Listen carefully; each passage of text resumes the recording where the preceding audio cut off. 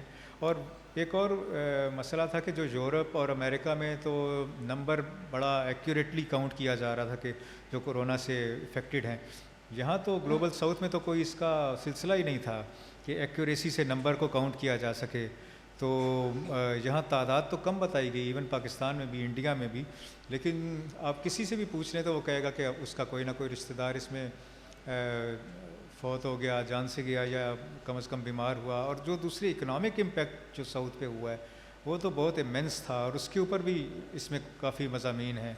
اور ایک اور چیز ہے کہ اس میں بیک ٹو دا نیچر والا جو ہے, ہم جو نیچر کو کل کر رہے ہیں, اور جو اس KLF کا موضوع بھی ہے ماحولیات, تو اس کی طرف ہمیں ایک دفعہ پھر ہمیں اس کی یاد دہانی کرائی اس بیماری نے کہ سارے لوگ گھروں میں محصور ہو گئے, تو باہر پرندے بہت زیادہ نظر آنے لگے. ایک اس میں فرنود عالم کا مضمون ہے, اس میں ایک کتا ایک کردار ہے, اور وہ کہتا ہے کہ انسان آج کل نظر ہی نہیں آ رہے, ایسا لگتا ہے کہ انہیں میونسپلٹی والے اٹھا کے لے گئے ہیں, جیسے کتوں کو میونسپلٹی والے اٹھا کے لے جاتے ہیں. تو اس طرح تو اس کی نیچر کی اہمیت کا اندازہ پھر سے ہوا.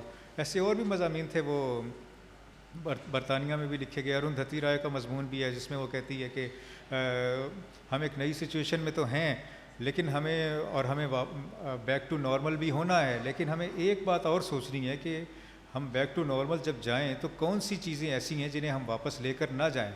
ابھی جو چیزیں ہیں انہیں برقرار رکھیں, جیسے نیچر کو ہم الاؤ کر رہے ہیں, فلاورنگ کے الاؤ کر رہے ہیں, تو اس طرح ہم کیا نیچر کو الاؤ کر پائیں گے کہ نہیں. اور میرا خیال ہے کہ وہ ہم دوبارہ بھول گئے ہیں وہ سبق. بالکل. اور میرے خیال میں ایک اور اہم ایسے ہے کاؤنٹ دا ڈیڈ کے نام سے, جس میں تنبیہ کی جاتی ہے کہ اگر یہ فگرز جو ہم انیکوریٹلی ہم نے کولیٹ کیے ہیں, اگر ہم ان پہ اٹینشن نہیں دیں گے تو آئندہ کے لیے بھی ہمیں مسائل ہوں گے, کیونکہ ہم نے ایک سسٹم نہیں تیار کیا ہے جس کے تحت ہمیں پتہ چلے کہ وبا سے دراصل کتنی اموات ہوئی ہیں. تو یہ بہت ہی واضح I ایک would like to آرٹیکل ہے. add to that, Asma, کہ یہ اس میں سوشل سائنس کے ایسیز ہیں اور فکشن سٹوریز ہیں اور پوئمز ہیں, اور وہ ایک ہی پہلو کو مختلف طریقے سے دیکھا جا رہا ہے. کیونکہ جب کرونا ہوا تو جو گلوبل نارتھ ہے اس میں جس طرح سے ڈسٹنسنگ اور صفائی اور یہ سب کیا گیا وہ ہمارے گلوبل ساؤتھ میں اپلائی نہیں ہوتا. تو میں ڈاکٹر سمون کے آرٹیکل میں سے ایک پیراگراف پڑھوں گی کہ for the maturity of cities of the global south where most urban people of the world live, social distancing as prescribed by the Northern health protocols is just about impossible. It exists in an imaginary world, a projection in which people have a home where they can be isolated and work from, where children can have classes via Zoom, where savings exist on which to survive or lockdown days without new incomes, and where hands can be washed easily. Now یہ چیز وہ, اور آگے جا کے وہ اس چیز کو, ایک خاصا لمبا آرٹیکل ہے 8-10 پیج کا, جس کو وہ بہت ایکیڈیمکلی دیکھ رہے ہیں. اب یہی چیز زہرا نگاہ نے کہا کہ ایک ان کی نظم ہے جو آپ سنیں گے بھی ابھی, پپو, وہ یہ کہہ رہی ہیں کہ بھائی پپو بیٹھا سوچ رہا ہے کہ میں ہاتھ کیسے دھوں, میرے تو نل میں پانی نہیں آتا, میرے گھر میں 22 لوگ رہتے ہیں, میں کس طرح سے 6 فٹ کا فاصلہ رکھوں. تو یہی چیز انہوں نے بہت ہی پوئٹکلی یہ بات کہی ہے. اور یہ ایک جب آپ ایک کتاب پڑھتے ہیں اور دیکھتے ہیں کہ آرٹسٹ نے جنازوں کی تصویریں بنائی ہیں, آرٹسٹ نے لنگس کی قبریں بنائی ہیں, تو وہ اس سے آپ کو یہ احساس ہوتا ہے کہ کس طرح سے یہ جو پورا ایکسپیرینس تھا, ہاؤ پیپل ایکسپیرینسڈ اٹ, اور آپ کیسے اس سے ریلیٹ کر سکتے ہیں, آپ کس طرح سے اس کو انٹرپریٹ کر سکتے ہیں. ایک بہت ظاہر اہم اس کتاب کے بارے میں اہم بات یہ ہے کہ اس کی ڈیزائننگ ایک بہت بڑا چیلنج یقیناً رہا ہوگا، کیونکہ آپ دو زبانوں کے ساتھ کام کر رہی تھیں، اورینٹیشن دونوں کے مختلف تھے، اور اس میں بہت زیادہ ویژول انپٹ بھی تھا. تو اپنے ڈیزائننگ چیلنجز کے بارے میں کچھ بتائیے. دیکھیے ڈیزائن چیلنج بھی تھا، اور اس کو پٹ ٹوگیدر کرنے میں ایک تو ڈیزائن ٹیکنیکل چیلنج بہت بڑا تھا، جو کہ I must say I hands off to Halima کہ بڑی انہوں نے اس پہ محنت کی ہے، خاص طور پہ اردو کو اس میں انٹیگریٹ کرنے کی، کیونکہ جو ٹریڈیشنل آف سیٹ پرنٹنگ ہوتی ہے اور اس میں جس طرح سے اردو کو ڈیل کیا جاتا ہے، ہم نے اس طرح سے نہیں کیا تھا. ہم نے باقاعدہ ان ڈیزائن میں لا کے اس کو چینج کر کے، تو آئی مسٹ سے کہ a big salute to her for finding solutions. Halima Sadia is the designer Halima اگر for the book. is Halima here? Halima اگر کھڑی ہو Yeah, there she is. Yeah. اور اس کے بعد یہ کہ جو ہمارے یہ سلیوشن تھے، ہم نہیں چاہ رہے تھے کہ کوئی ایک one language should look there should be any hierarchy between one language or the other. تو اس طرح سے آئی تھنک یہ لینگویجز انٹیگریٹ بھی بہت اچھے سے ہوئی ہیں، یو نو.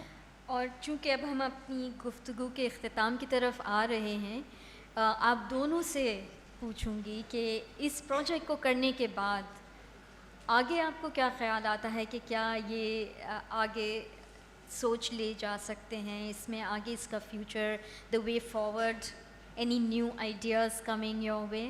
کاشف. نائلہ پہلے بتا دیں. دیکھیں یہ کتاب ابھی انڈیا پہنچی ہے پچھلے ہفتے، اور ابھی میری 3 دن پہلے ان سے بات ہوئی ہے، گلزار صاحب کو ملی ہے، بینا سرکار کو ملی ہے، اور وہ اس چیز سے وہ چاہتی تھیں اور وہ چاہتے تھے کہ اس لٹریچر فیسٹیول میں آئیں. وہ بینا نے کہا کہ کوئی صورت نہیں ہے کہ میں آ سکوں. میں نے کہا نہیں، کوئی صورت نہیں ہے کہ آپ آ سکیں. تو پھر بات ہونے لگی تو انہوں نے کہا یہاں جو رائٹرز ہیں ہم لوگ اور وہ ہیں، اور وہاں جو رائٹرز ہیں، اور یہ جو ہم سارے بارڈرز ہیں، اگر ہم مل کے کوئی ایک چیز کریں تو، اور with the idea that we are defining these borders, so let's work on that. So I think بہت آئیڈیاز نکل کے آ رہے ہیں، promising for all of South Asia. Certainly. نہیں، یہ بالکل صحیح کہہ رہے ہیں. میرا ان کے ساتھ کام کرنے کا تجربہ بہت اچھا رہا، اور خاص طور پہ جو کمیشن کرنے کا ہے تجربہ، اس میں بہت سی چیزیں جن کا ذکر رہ جائے گا اور جن کا ذکر نہ کرنا بڑی زیادتی ہوگی. جیسے اس میں عامر حسین کا ایک افسانہ ہے، دا گارڈن اسپائی. وہ اتنا زبردست افسانہ ہے، یعنی کہ ایک آدمی جو ہے جس کو کینسر تشخیص ہو گیا اور وہ کورونا کے دنوں میں آئے، ایک آدمی جس کو اس کے وفات کی اطلاع دے دی جائے، وہ چاہتا ہے کہ بہت سے لوگ اسے ملنے آئیں. تو یہ ایک آدمی اکیلا بیٹھا ہوا ہے اور اپنی ایک قسم کی ڈیتھ سینٹنس کو سفر کر رہا ہے. قسم جیسے جیل میں تو بھی ملنے لوگ آ جاتے ہیں، یہ اس آدمی کو ایسے موقع پر ڈیتھ سینٹنس ہوئی ہے، یعنی اسے بتایا گیا کہ ہی از گوئنگ ٹو ڈائی. جب دنیا میں کرونا ہے اور اس کے قریب ترین لوگ اسے ملنے نہیں آ سکتے، تو وہ لکھ رہا ہے کہ روم میں میری فرینڈ ہے، وہ یہ سوچ رہی ہے، میری بہن ہے وہ یہ سوچ رہی ہے، اس سے میری اس پر فون پہ بات ہوتی ہے، ٹیکسٹ پہ بات ہوتی ہے. ایک لڑکا تنگ کر رہا ہے اس کو کہ مجھے کہیں اسکالرشپ لینا ہے، مجھے ریفرنس دے دیں، اور وہ آدمی جو ہے بیٹھا اپنی میڈیکل رپورٹس لے کے ادھر ساتھ اس کو وہ ٹیکسٹ میسیجز آ رہے ہیں. تو بہت ہی زبردست افسانہ ہے. باقی افسانے بھی تو اس میں جیسے ہم نے مختلف بہت سے ڈائیورس لوگوں کو جمع کیا، یعنی صرف ادیبوں کو نہیں، صرف پاکستانی ادیبوں کو نہیں، صرف اردو کے ڈایاسپورا کے ادیبوں کو نہیں، بلکہ بہت سے ادیبوں کو، بہت سے فنکاروں کو، بہت سے لکھاریوں کو، سوشل سائنٹسٹ کو ایک موضوع پر یکجا کیا. وہ میرا خیال ہے بڑا لرننگ ایکسپیرینس ہے، اور میرا خیال ہے اس کو میں تو چاہوں گا کہ کنٹینیو کیا جائے اور اس طرح کی چیزیں بنائی جائیں. اور اس میں جو 2-4 چیزیں سامنے آئیں وہ میں آپ سے یہ یوں ذکر کرنا چاہتی ہوں کہ جیسے یہ کور جو ہے یہ ایک شری لنکن آرٹسٹ کا ہے، اور وہ جو ہیں انہوں نے ہی از اے ینگ آرٹسٹ انڈر 30، اور انہوں نے سول وار میں وقت گزارا ہے، جس میں ان کے وہ خود تامل ہیں، تو ان کے گھر میں گھس کے وہ 8 سال کے تھے جب ان کے باپ کو، باپ کے ساتھ سو رہے تھے، قتل کر دیا گیا. اور ان کے لیے کرونا کا ایکسپیرینس بہت الگ تھا، کیونکہ وہ جب میں نے ان سے کہا کہ اپنا کوئی کام بھیجو، تو انہوں نے کہا ہم تو کرونا سے بہت سالوں سے گزر رہے ہیں.